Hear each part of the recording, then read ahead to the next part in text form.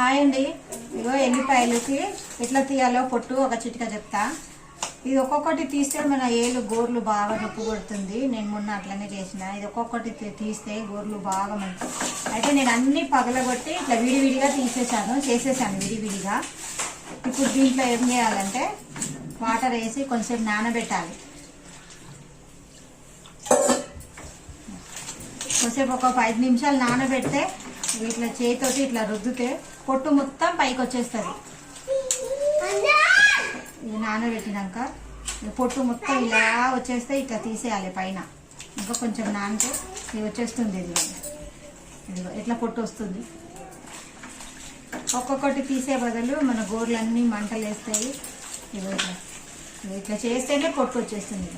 ఇట్లా అన్నీ శుభ్రంగా చేసుకున్నాక ఇలా పొట్టు తీసేసినాక ఒక 2 సార్లు కడిగి కొంచెం గాలికి కొంచెం ఎండ పెట్టి ఒక గాలి ఆరినాక మనం మిక్సీ పట్టుకోవచ్చు. తర్వాత నా కర్రీ అయితే ఈరోజు క్యాబేజీ ఫ్రై చేశానండి. ఇది క్యాబేజీ ఫ్రై. సండే ఈరోజు మాది క్యాబేజీ ఫ్రై.